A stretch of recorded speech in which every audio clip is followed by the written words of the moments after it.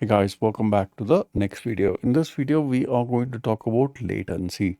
Now, what is latency? Latency is basically the slowness which you experience when you browse browse a website or open an application, or when you are typing something on the system, and then you get a later response. You get a slower response from the server. When you type enter, for example, you're not doing a big command over here.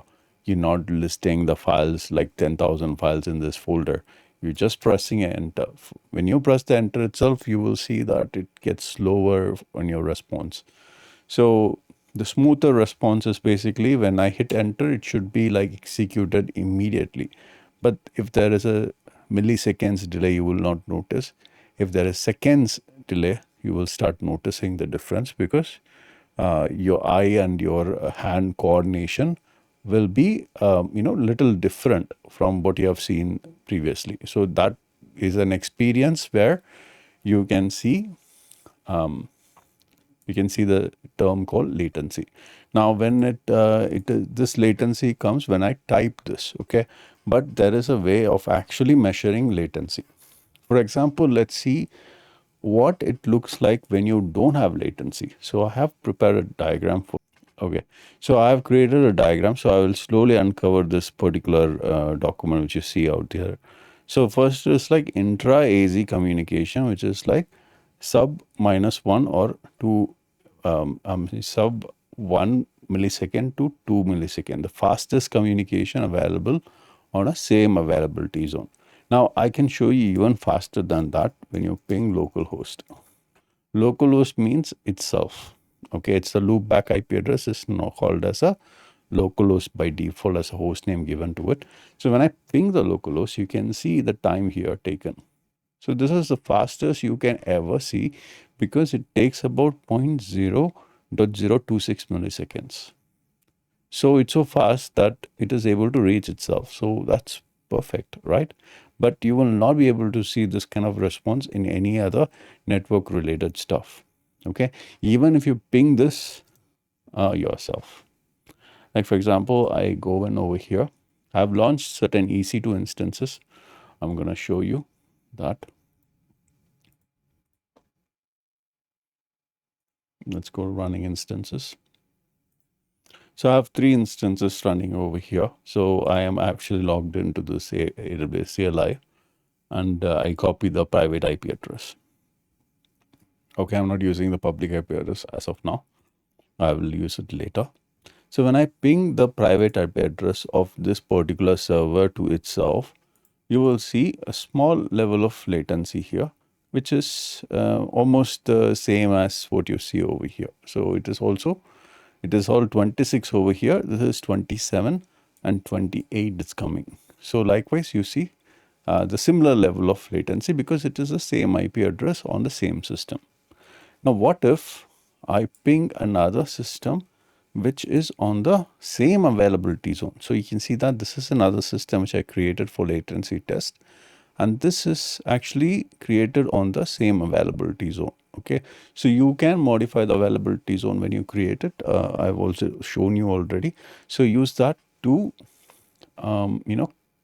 put your availability zone there. So it's very simple. Just launch an instance, and then in the instance you just edit this and then select which availability zone you want. So that way it will be very easy for you to select which availability zone you want. Copy this, ping this one. So this is the next server which we have created, but it is on the same AZ. So you here in this diagram, this actual diagram starts from here, the intra AZ communication. So availability zone communication. I can see that it is coming into 1 millisecond. So it's basically not in 0.0, right? Because it's not being into it. So sometimes it gets 0.9, right? But most of the time is about like 1.5, 1.6, 1.8, 1. So if you average it, it's going to be about 1.5 average. So you can see that average is 1.44. It has already averaged it over here. So but here average is 0.025. So it is pretty fast, to be very frank. Okay, so because it is connecting to a server right next to it. Okay, now that is the first one which we have seen right now. Now the next one is like cross availability zone. So I have created this server in another availability zone of 1F. Okay, so launch instance and create it on 1F. So this is another availability zone. So let's go ahead and ping this one. Now you can see that if it is on a different availability zone, it's on a different data center, you see a little of this takes a bit of extra time, but it is still at the average. So we have closed it at 16, so we will close it at 16 as well. You can see average has a little bit increased over here from 1.44 to 1.799. So which means that it is taking a bit extra time, but not much of a difference in terms of your average time to live. I'm sorry, average time it is getting a response from the server. So this is basically tells you that the availability zone on the other side is also fine. Okay. Now let's talk about region. So this is the extra bit of configuration I did for region configuration. So if I just middle click the EC2 and change this region to Asia Pacific Mumbai. So I've created a service over here. I'm sorry, EC2 instance over here. And this is running on AP South 1A. That's the availability zone. I have configured the VPC route table and then configure the communication between them. And that's why it's working. Okay, if you're thinking it's not working for you, but just by creating it, it wouldn't work because it involves a lot of work on the back end. It's called peer-to-peer communication. So now you have to think or see what actually is the output you're gonna get. Because this particular IP address is still AWS own IP address, as you can see that I matched it the same. I've given a different series over here, 172.31. This is 172.32. Okay, or else it wouldn't connect. It will throw error if it's on the same network range, same CIDR. So when I ping this, you can see there's a lot of milliseconds over here. So it's a 187 milliseconds over here. So this is called the cross region. Let it come as 16. Cross region AWS. Okay, so you can see that 187 milliseconds is the average one. So you can actually connect with one of your AWS service to another AWS service which is hosted on another region. But the only problem is like the communication here will be, would be like it has a lot of lag here. I'm sorry. Yeah, latency would be there. I'm sorry. So if you just go down a little bit over here, cross AZ communication is 1 to 10 milliseconds. So intra AZ we have checked it. Cross AZ we have checked it. Region to region, as you can see that it comes from 50 milliseconds to 300 milliseconds. So we are still fine. I guess we are between 50 to 300. We didn't go to the maximum of 300. Maybe if I would have created a service like on the corner, like maybe on the Tokyo region or in this region, maybe on the China region, or could be in the Australia, then it may have 300 milliseconds difference. So it could be that. Okay, so we don't know. So we have to try that. Okay. Now the next thing is going to be edge location, CloudFront. Now this is where it takes a little bit of item from you. So here you have the edge location CloudFront. So if you're going to create CloudFront in this situation, yeah, then you kind of get a response with 1 millisecond to 20 milliseconds. Now this latency is reduced in the end user if that end user is near to the CloudFront. So that is also a condition applied, because if you see that CloudFront is not everywhere. Okay, so if I say that if I'm see in India, right? So if you check the edge location, right? So in India. So in India, it's Pune, it's there, Mumbai, it's there, New Delhi is there, Chennai is there, Bangalore is there. Hyderabad is there, right? So if someone is browsing from not any of this location, they are browsing from Kerala, I guess, like from the other south end, then they will be going to Chennai CloudFront, and then firstly they will go to the Mumbai server, get that resource for the first time, and then that is being cached in the CloudFront in Chennai region. But then they still will get the lag over here or latency over here because they will still have to go through Chennai because it's not like people browsing in Chennai would be much faster than compared with Kerala or Bangalore. It's there over here. So likewise, if you go like to the south end of it, then you're gonna get a problem. Like you still will have latency in that perspective as well. But it's better than coming from Mumbai, right? So that latency is what they have given over here in this as 20 milliseconds. So 1 to 20 milliseconds. So it can be faster as 1 millisecond when you're like when this edge location and the end user is closer to each other. But if they are far away, it can go to 20 milliseconds. So that's what we have seen so far. And then in terms of local zone and wavelength. So these are two things I told you we will check it later, right? Now local zones are basically, I'll show you that over here. Now you will not be able to see local zones as a region name of the places, like how you see edge location, but then you will able to see local zones over here. Now let's understand what is a local zone first. Now wavelength and local zones are both designed to extend AWS infrastructure closer to end user and devices, but they serve slightly different purpose and targets different use cases. First, let's understand about the wavelength zone. Now, the wavelength, if it comes wavelength or if someone says wavelength to you or in the question, think about 5G. 5G is a wavelength, right? So, which travels through a wave. So, an AWS wavelength is a specialized AWS infrastructure that embeds AWS compute and storage service within telecommunication provider, like the data center at the edge of a 5G network. This minimizes the latency caused by routing traffic from 5G network to the cloud. So you use the telecommunication 5G network to transfer the data to the cloud, which is much faster. You know the speed of 5G, right? It's really fast. So not a lot of places has this wavelength zone. Now wavelength zone is used for ultra low latency services. Okay, so wavelength is used for ultra low latency, which means that it's going to be like very expensive because it uses 5G. So what kind of situations you would use ultra low latency?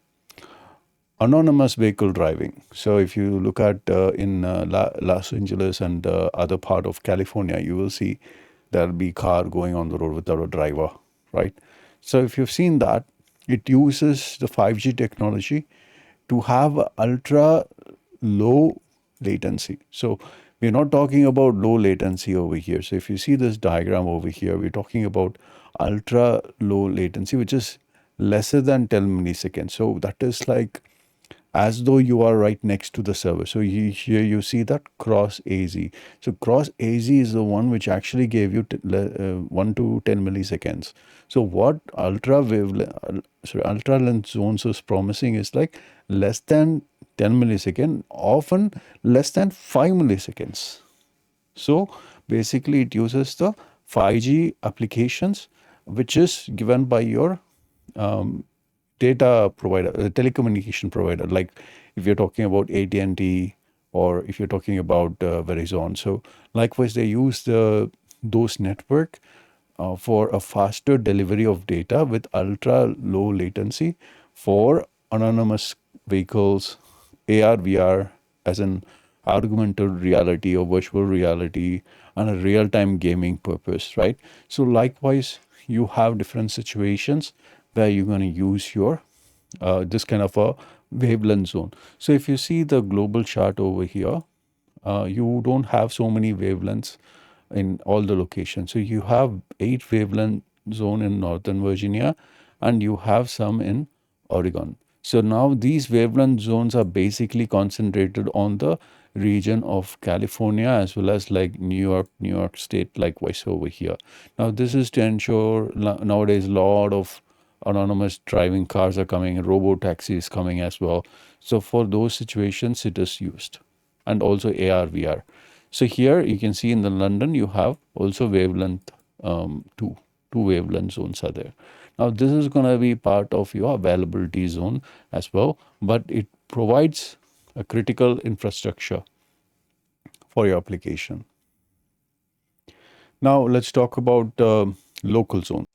Well, when you want to talk about local zone is not like as fast as as lower latency as a wavelength zone, but it is still low when you talk about cross AZ communication. Now, how you can make this low latency? By having a mobile data center or having a data center which is close to metro cities. For example, if you see Northern Virginia, you have 14 local zones over here. Now, these 14 local zones will be divided into a lot of places. I'm pretty sure in the New York, in the New York strip, as well as in the Oregon region as well. You can see 7 local zones over here. You don't have local zones in terms of London. Okay, so but you have local zones over here. So what is local zone? As I told you, local zone is basically extending your AWS service. So what are the services extended? Your compute, storage, database. So these 3 services are extended, and where it is extended, it's closer to end user by placing it in specific geographical location, which is very highly populated areas. Okay, very highly populated areas, wherever you will have local. Let's see if the local zone is in Japan region. You can see that there is one local zone because Tokyo is very highly populated. So they have a local zone over there, so which can actually give faster response to the customers as well as the people who's using AWS as well. Let's see if Mumbai has a local zone. Mumbai also has 2 local zones over here, which is again used for faster communication, and it will have user bases accessing your application much faster because you are closer to the local zone. Now Mumbai region doesn't have a wavelength zone because must be because like the 5G is recently released in India, or could be because like there is no autonomous vehicle or AR VR is much popular. So once it gets popular or and people start developing stuff using it, and when you have the real-time gamings coming into picture, then AWS will be releasing wavelength zones as well. So right now, what we understand so far is that the compute service, storage service, database service will be hosted closer to the highly populated areas in terms of local zones. Now, this reduces latency for application that requires low latency access to on-premise data center or users in specific locations. Local zones are useful for workload that needs very low frequency communication, but doesn't necessarily requires ultra low latency of a wavelength zone. So this is the actual differences between both of them, and this is exactly how latency looks like when you do it. Now we have done all this latency check. Let's do a latency check for our public IP address. Now you know this public IP address over here doesn't have a public IP address, so ignore it. So let's take the public IP address over here. So we'll take one of this. It doesn't matter which one you pick it. So if you just ping the public IP address of the server, you will see that it has the latency over here, but it is very less. Now you take the public IP address from this one, try to ping this. It's just not working for some reason. Let's just refresh this. Let's try this one. Yeah, 1.554 milliseconds. So this is basically your public IP address response. But what you found, which is very good for you to understand, is that when you go region to region, you will get this.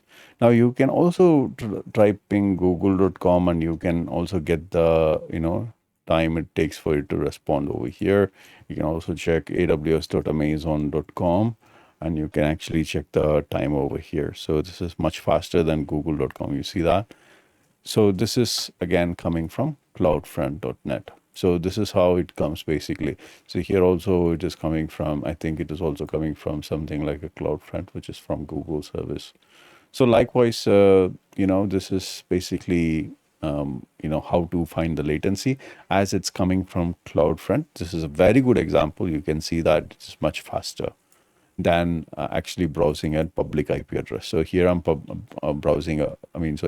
pinging a public IP address over here, which is 1.25 and 1.54. The average will be like high, but here it is like 1.25, and sometimes it comes with point as well, 0.8, and it will reduce the average. So you can see that 1.1 over here, and the average over here is 1.3. So which means CloudFront is really working. I'm in the London location right now, so the CloudFront is coming from the London location at this moment. Thank you again for watching this video. I hope that it was helpful for you to understand how latency works and how your application works in terms of latency. So we have a direct connect here as well, which we missed to explain. Now you can see the public internet over here is the highest one, where you have the higher variable latency due to the network congestion and routing. And the direct connect, we discussed about it. So this is basically having your AWS infrastructure directly connected to your private infrastructure. So in this situation also, you get like 1 millisecond to 10 millisecond. Now this is, wavelength zone is much faster than the direct connect itself. So you see that how popular these two are getting right now. And these two are recent inclusions. That's why they made it part of this certification. So these are added as part of this certification. Though there is no questions about them in this skill, but still it's very good to know about these two new services. Thank you again for watching this video. I'll see you on the next one.